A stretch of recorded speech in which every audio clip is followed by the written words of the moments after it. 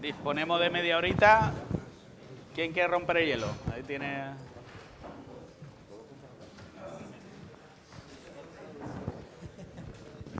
Sí.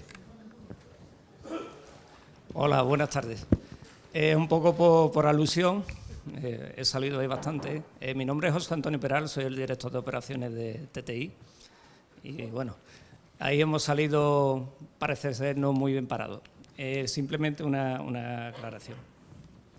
Hay que esconder, evidentemente, que el tema económico es una presión muy grande para toda la comunidad portuaria. Movemos miles de millones, y lo digo bien, miles de millones, pero no por ello la seguridad pasa a un segundo plano.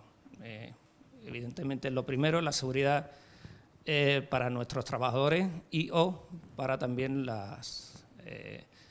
lo que es la maquinaria. Entendiéndose por maquinaria también el buque.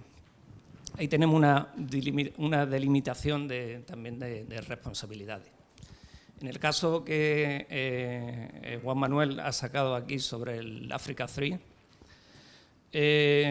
yo veo que está bien hecho. Nosotros hicimos nuestros deberes. Si os fijáis, y bien se ha comentado, el barco estaba trabajando. A mitad de jornada por la noche pusimos el barco a la mar. A la mar para nosotros es cortar operaciones, subir plumas, centrar las plumas y dejar el barco listo para su salida. Se cargaron las tapas, se trincaron y bueno, cajoneros de tacilla, etcétera, el barco ya listo, e informamos capitán y a la naviera.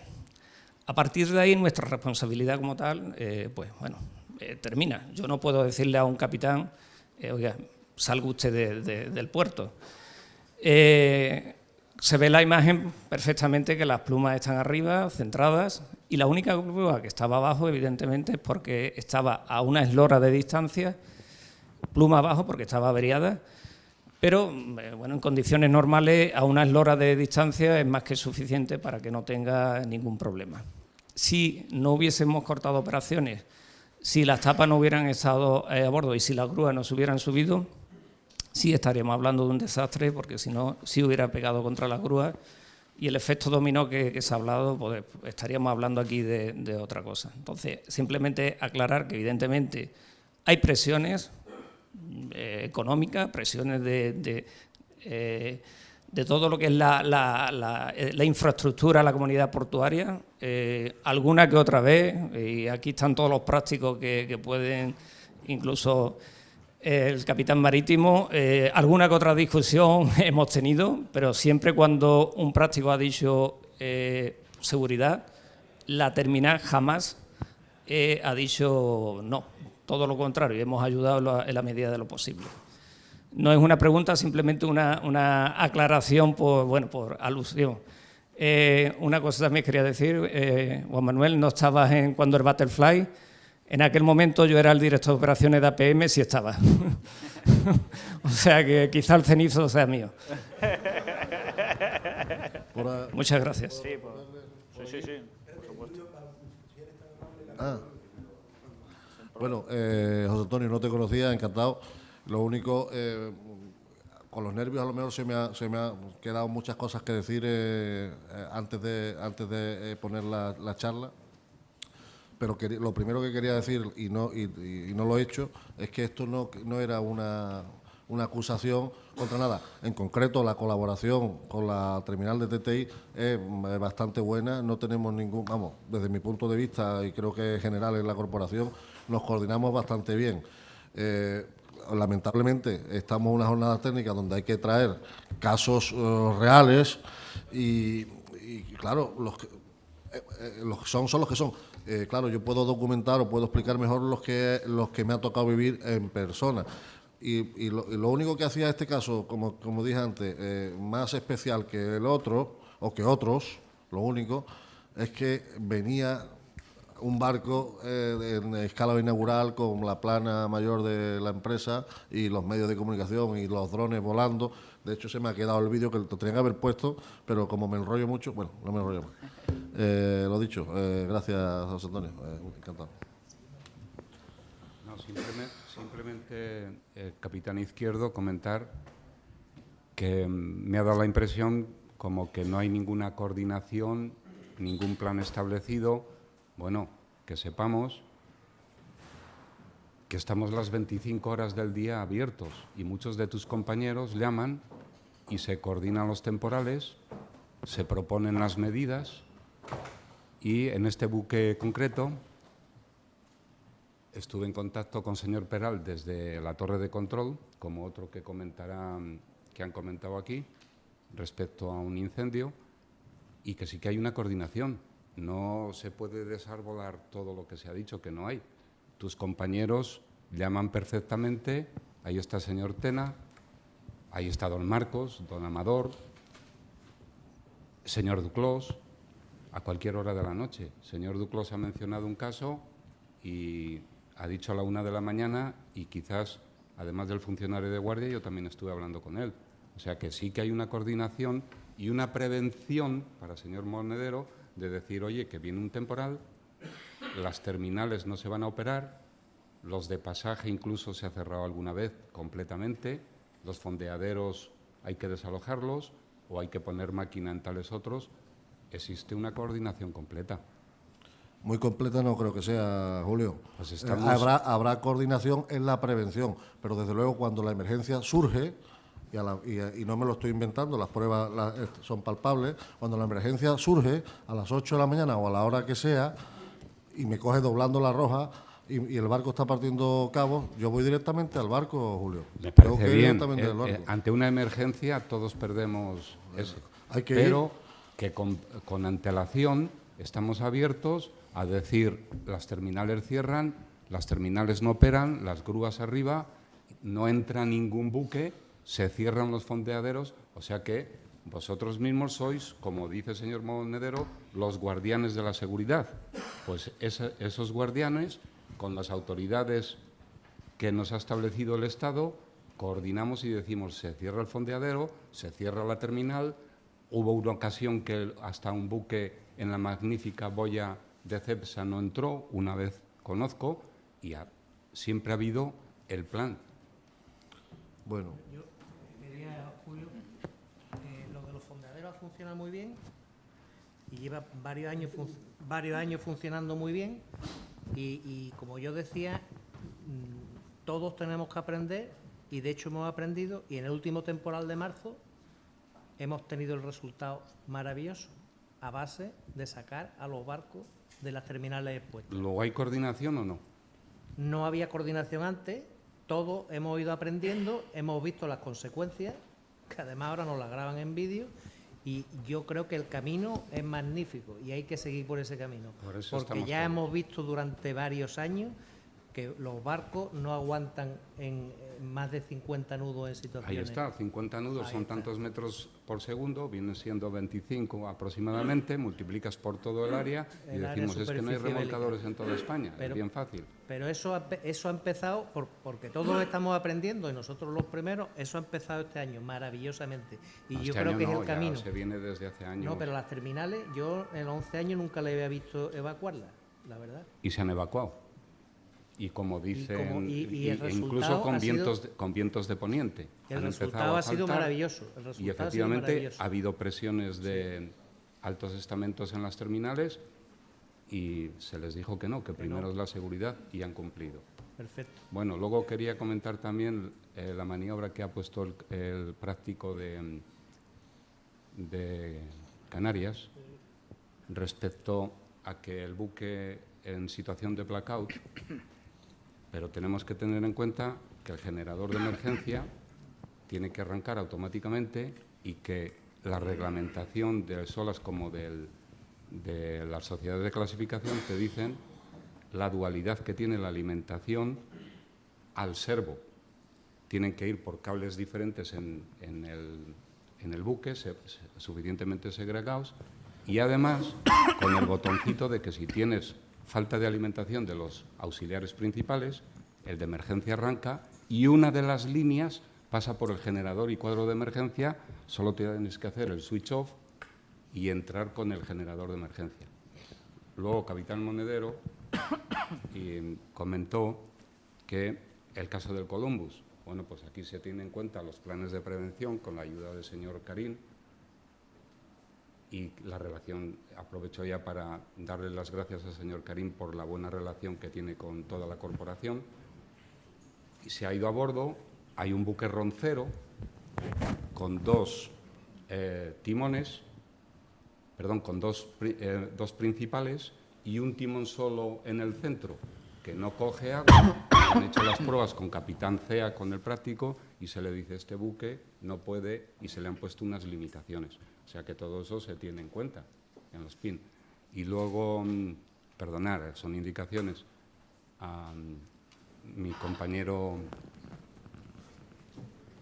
por capitán marítimo, él es capitán y licenciado, por ahí no llegó a eso. Pero que comenta de que en las aguas portuarias es responsabilidad de don Alejandro el luchar contra la contaminación. Pero ojo, cuando esas aguas portuarias, te dice bien los planes que has establecido, abarcan a 2 ayuntamientos o a un parque natural, ya lo coge la Administración Marítima. Eso es. Don Alejandro aquí activa el primer PIN o una terminal, el 0, luego don Alejandro toma el control en aguas portuarias y van los diferentes estamentos cogiendo las alertas. Y bueno, muchos ejercicios no hemos hecho, pero por desgracia los hemos hecho en la realidad, porque por desgracia hay alguna contaminación que otra. Me han pedido la palabra.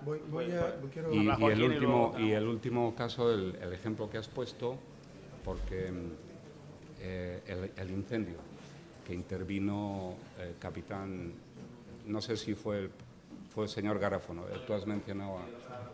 Bueno, en ese caso no fue una embarcación de dar suministro, era una embarcación de trabajos submarinos.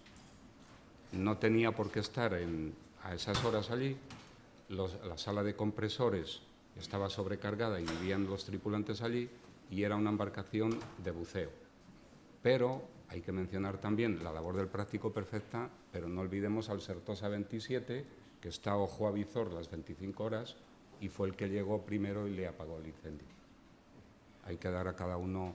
Yo estaba durmiendo, pero en la torre, en la planta 14. Te lo digo porque lo vi. Primero, don Julio, no te sientas aludido por nada, porque estamos en el puerto de Algeciras, las emergencias surgen en todos los puertos. Entonces, nosotros en el colegio nunca decimos el puerto ni el práctico, nos quedamos con el hecho.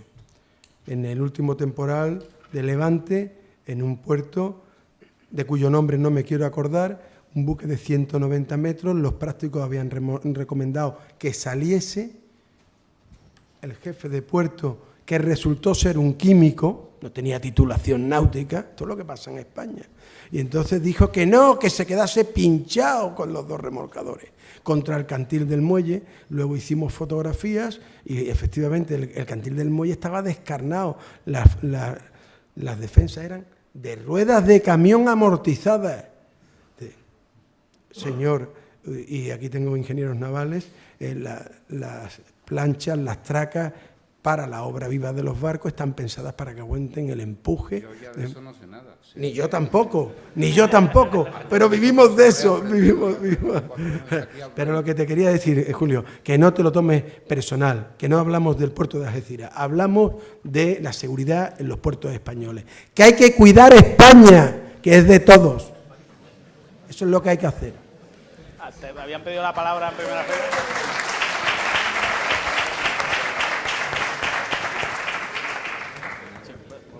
Hola, buenos días. Mi nombre es Alejandro López. Soy subdirector del puerto y, bueno, había cogido el micrófono antes incluso de que Julio me mencionase. En fin, pero, bueno, agradecer que se me permita hacer un... realmente, hombre, como el Congreso es en el puerto de Algeciras, pues parece que ponemos más casos del puerto de Algeciras, ¿no? Y sí me gustaría remarcar de alguna manera que nosotros al año tenemos aquí 29.000 escalas comerciales y que, bueno, yo creo que es un puerto muy seguro, pero muy seguro y además innovador en muchos aspectos. O sea, yo cuando en su momento los prácticos, la Capitanía Marítima y el puerto decidieron que ante una fuerza de temporales de tal fuerza se alojasen los fondeaderos, a mí se me miró con cara muy extraña, a mí y a los que lo habíamos propuesto. Seguimos innovando, seguimos ahora analizando mediante un método numérico cómo se propaga todo el oleaje en el puerto para determinar cuáles son los grados en los que no se puede operar en esos muelles. Bueno, entiendo que es un sistema muy avanzado, derivado del SAMPA, que se inició aquí, aunque colaboró francamente Puerto del Estado, y ya se está exportando a otros puertos, ¿no? Y por otro lado, un poco en cuanto a la coordinación aquí, y don Julio me corregirá, tuvimos una coordinación ante un caso de un hundimiento de un buque atracado en el que estaba todo el mundo que tenía que estar, y alguno más. Estaba don Julio como director de la emergencia de un buque, como no podía ser de otra manera, que se estaba hundiendo. Estaban los bomberos en cuanto lo requirió el capitán marítimo. En ese momento había 3 prácticos, o creo que 4 que se presentaron voluntariamente y estuvieron durante toda la emergencia. Había como 20 amarradores y estaban dispuestos todos los remolcadores de puerto. En fin, simplemente, y muchas gracias por haberme dejado hacer esta apreciación. Y luego tiene... Por los bomberos. El otro día hubo un accidente grave. Cayó un hombre al plan de la bodega, un finlandés, y Salvamento Marítimo acudió, se coordinó al 061, se coordinó a Salvamento Marítimo, la ambulancia estaba a pie de muelle y tuvieron que ser los bomberos porque no podíamos nosotros, Salvamento Marítimo, ni los tripulantes. Los bomberos embarcaron con la embarcación de Salvamento Marítimo, fueron al buque, bajaron a la bodega, en la camilla engancharon porque la grúa no funcionaba, lo levantaron lo hicieron con sus medios, lo depositaron en la embarcación y el marino vino, era el primer oficial, vino al hospital donde se le trató. Es decir, que el puerto sí tiene concierto aquí con los bomberos y participan en ciertas emergencias. Sí que es verdad que se ha presentado el jefe de los bomberos y, hombre, dice que la escala real, que ellos no están acostumbrados, tal cual, y se va a hacer un protocolo mejor, lo confieso. Pero participaron los bomberos. No te personalice, estamos hablando de los puertos en general. Hola, buenas tardes. Bueno, aquí todos los que han expuesto han comentado distintos accidentes con emergencia y donde han resaltado un alto grado de espontaneidad y de premura en la actuación. Entonces, mi pregunta es, sobre todo a los capitanes marítimos o a Joaquín, hemos dicho que el práctico llega porque está de guardia, por su profesión, por tal. Y si no llega, ¿dónde está la responsabilidad de no haber llegado y se ha producido el accidente e incluso ha sido fatal? ¿Cómo quedamos nosotros? Bueno, vamos a ver. Todo buque lleva un cuadro de emergencias, de obligaciones.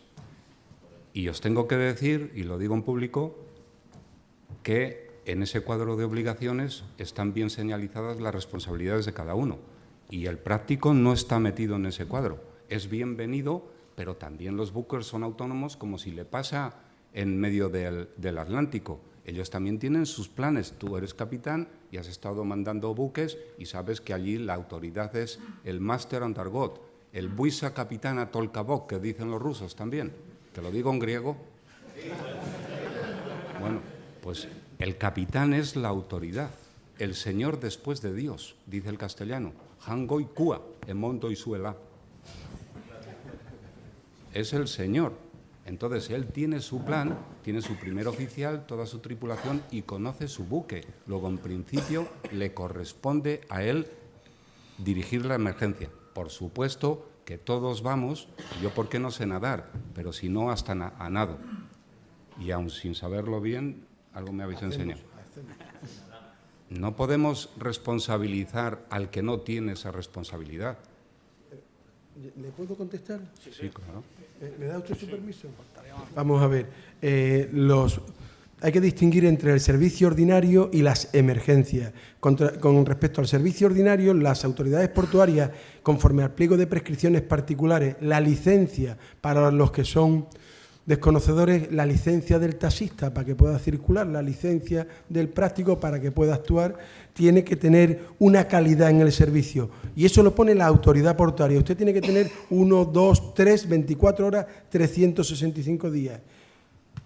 Ahora, en Puertos del Estado, se intenta meter el de retén para emergencias. Es decir, que si estás prestando un servicio ordinario y se produce una emergencia, lo que no te puedes es desdoblar. Seguro que si ves que la cosa se complica mucho y que la maniobra que estás haciendo en un barco la puedes dejar o dejar el barco fondeado o mandar todos los señores a ayudar a ese barco en emergencia, lo vas a hacer. Pero a nosotros no nos pueden pedir algo para lo que todavía no nos han exigido. Estamos en trabajo ordinario. Ahora, si la autoridad portuaria dice, es que aquí hace falta un señor práctico de emergencia. Claro, el problema viene por los señores de la pasta. Don Julio Berzosa dice que el Aftergov de casting, eso era cuando no existían telecomunicaciones. Ahora manda el capital, el dólar. Los ojos son dólares. Y entonces están viéndote la maniobra desde New Zealand, desde Canberra, desde Nueva York, desde Zúrich, y le están diciendo al capitán lo que tiene que hacer. Y le están diciendo además que no le dé porque consume 500 litros más y que le voy a quitar el bonus que tiene. Esto no hay que obviarlo, don Julio. Esta es la realidad del mundo marítimo. Es decir, el capitán ha llegado a ser, como decía un italiano, mero conductor de la pilotina, con muchas responsabilidades. Pero ese mero conductor de la pilotina tiene que ser reconocido por la comunidad marítimo portuaria y por la administración. Saber en qué condiciones se encuentra para aplicarle la legislación tal y como le corresponde. Pero es que entramos ya en los pabellones de conveniencia. Entonces, esto sería motivo de otra pedazo de conferencia, porque ahí es donde se refugia el capital para no tributar ni IRPF, ni impuestos de sociedades, ni cotizar a la seguridad social, no tener responsabilidades de ningún tipo y navegar, como decía antes, en pirata. ¿De acuerdo? ¿He contestado a la pregunta? Gracias.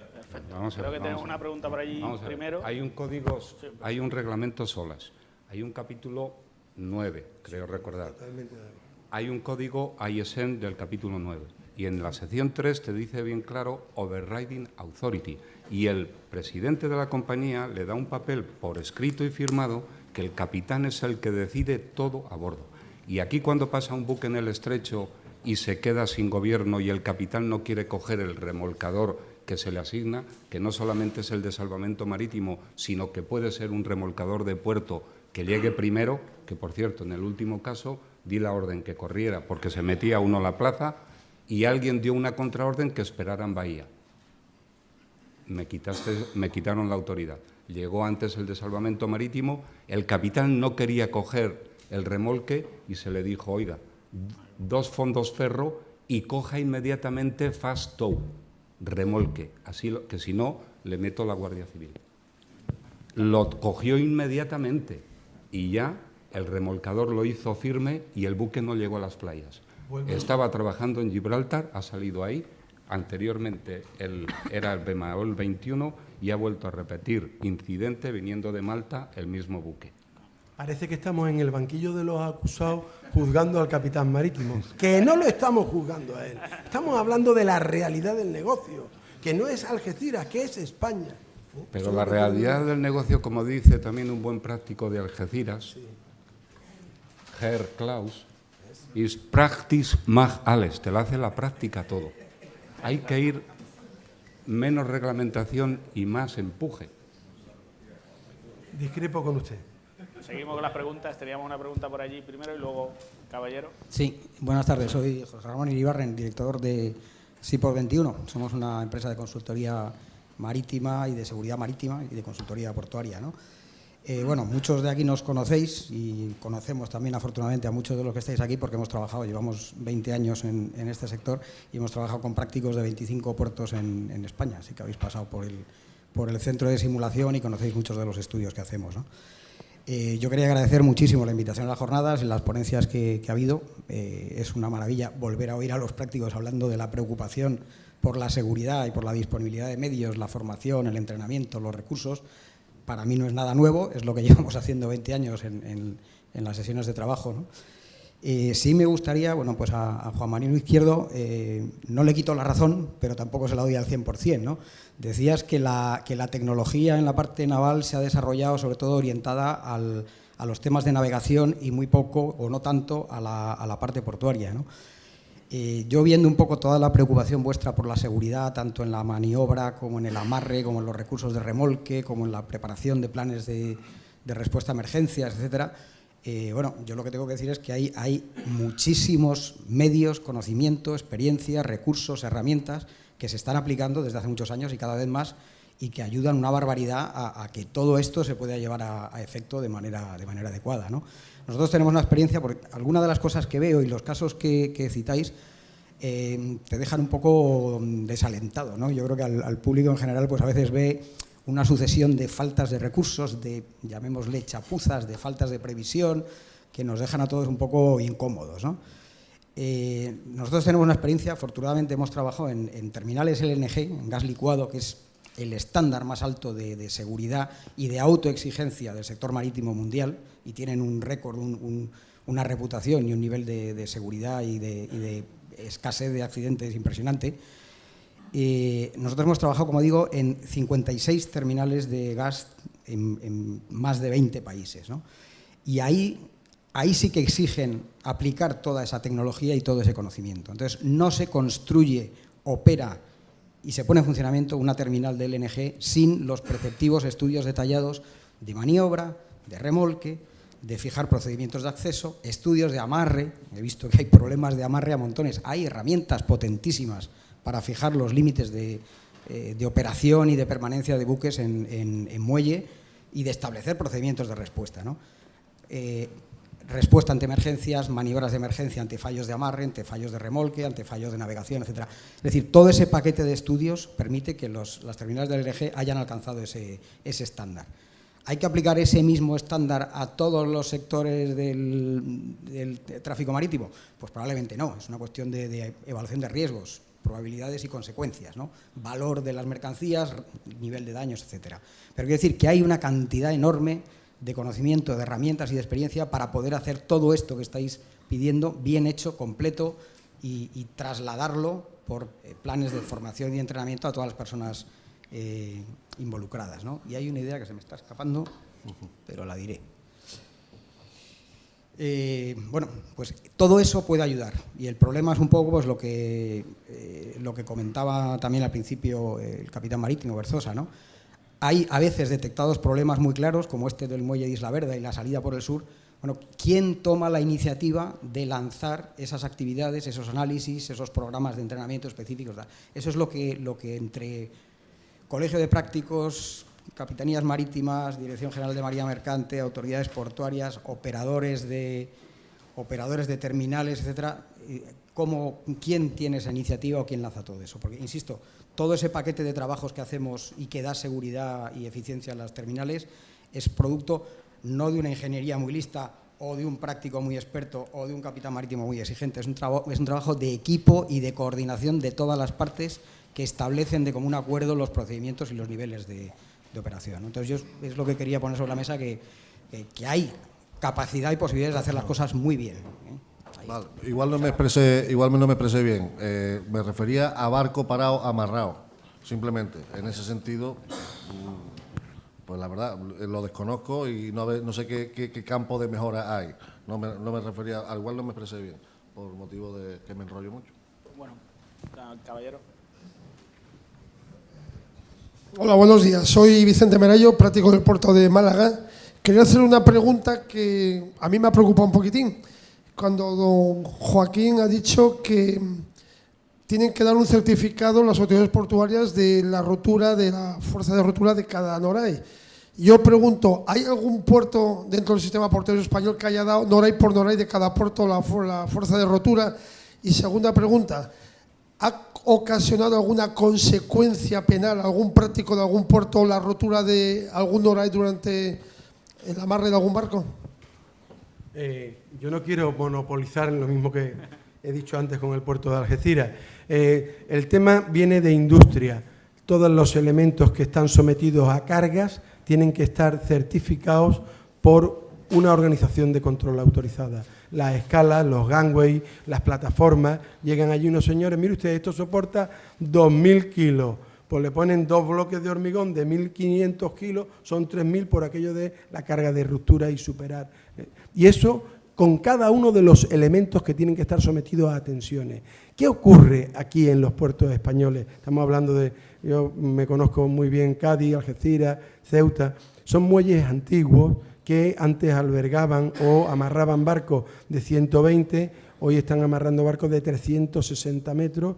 Don Julio Berzosa ha puesto unas gráficas allí magníficas de las superficies bélicas, de las tensiones. Cádiz está sometido, lo mismo que Algeciras, a la madre que parió al Levante y a la madre que parió al Poniente. Y entonces yo he visto arrancar el volardo. Entonces, ¿qué ha ocurrido? Que ha llegado Costa, era de Costa, y claro, estos señores se la saben todas, navegan por el mundo.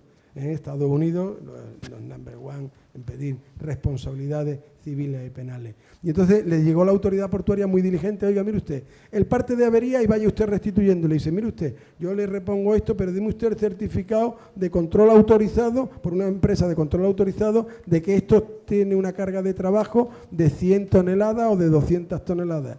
La autoridad portuaria hizo así, se encogió y dice, bueno, vamos a hacer una cosa, cada uno que se pague lo suyo. Pero ¿qué hubiese ocurrido si hubiese habido una lesión corporal o un muerto?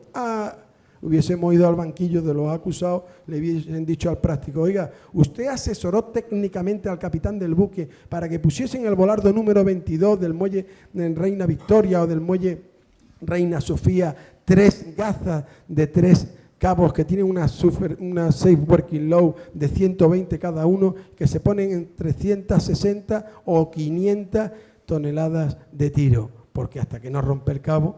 Y entonces rápidamente el práctico hace así, se esconde y dice, pues mire usted, yo sé que esto tenía 100, pero no sabía. Entonces, para evitar cualquier cosa, autoridad portuaria, démelo. Al día de hoy no lo está haciendo casi nadie. Pero nosotros, para evitarnos responsabilidades, mire usted, esto en plano, en proyecto, tenía 100, 200 toneladas, pero esto era en el medio más hostil que existe, el medio marino, sometido a humedad, sol, salino, en fin. Por tanto, nosotros presentamos nuestro escrito y que la autoridad portuaria obre en consecuencia. Pero lo que sí tenemos que tener muy claro es que no podemos llenar los volardos, los noray, de gaza, de estacha, de ese porte. Porque al final el práctico y el capitán salen perjudicados. ¿Está claro o no está claro? Para eso, todo esto vienen las ordenanzas portuarias, vienen pormenorizado cada una de las actuaciones, y eso es seguridad. Esto no es dar el coñazo a la gente, es seguridad. Y si no funciona, pues lo quitamos, o como le decía al otro, mire usted, si no puede albergar a barcos de 360 metros, pues nos quedamos con barcos más pequeñitos. Pero lo que no podemos es ir al banquillo. Eso es lo que yo siempre le pido, porque hay una de las cosas que yo he conocido, el olor a presidio, como el olor al barco. Ese no se lo recomiendo yo, el de presidio. ¿De acuerdo? Y con esto no es meterle miedo. Hay un práctico que está imputado, ahora se llama investigado, con resultado de muerte. Es decir, que las cosas no son bromas. Y la Ley de Prevención de Riesgos Laborales manifiesta que cuando hay un accidente en cualquier centro de trabajo, en cualquier complejo industrial, automáticamente se llama a inspector de trabajo, al juez de guardia por vía penal, y dependiendo si el accidente es leve o grave, pues se va la causa por un expediente administrativo o se va directamente por vía penal. ¿De acuerdo? La cosa no es ninguna broma, señores. Aquí no estamos jugando con plastilina.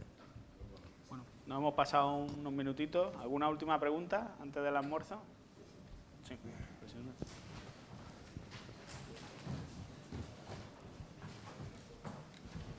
Hola, yo creo que todo esto se puede solucionar creando, en un momento determinado el capitán marítimo ha hablado de protocolos, creando protocolos, pero protocolos vivos.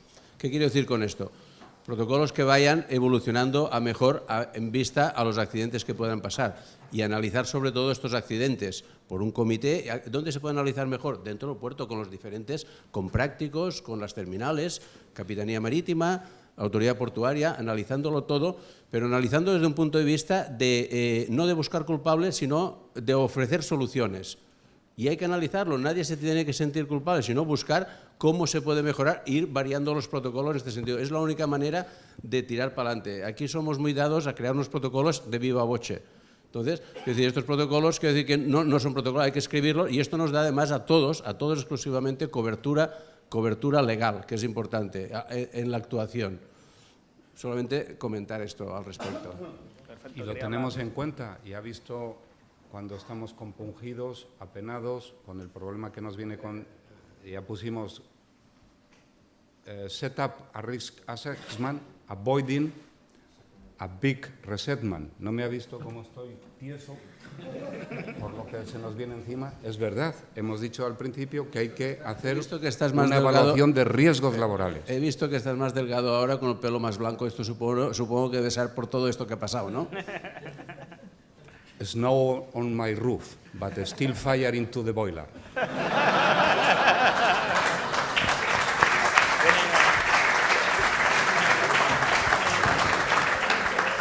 Señores, muchas gracias. Señores, que se enfría el arroz, ¿eh? Y hay un montón de hambre, que dicen en casa. Vámonos.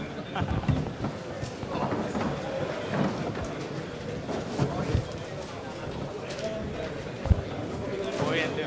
Gracias.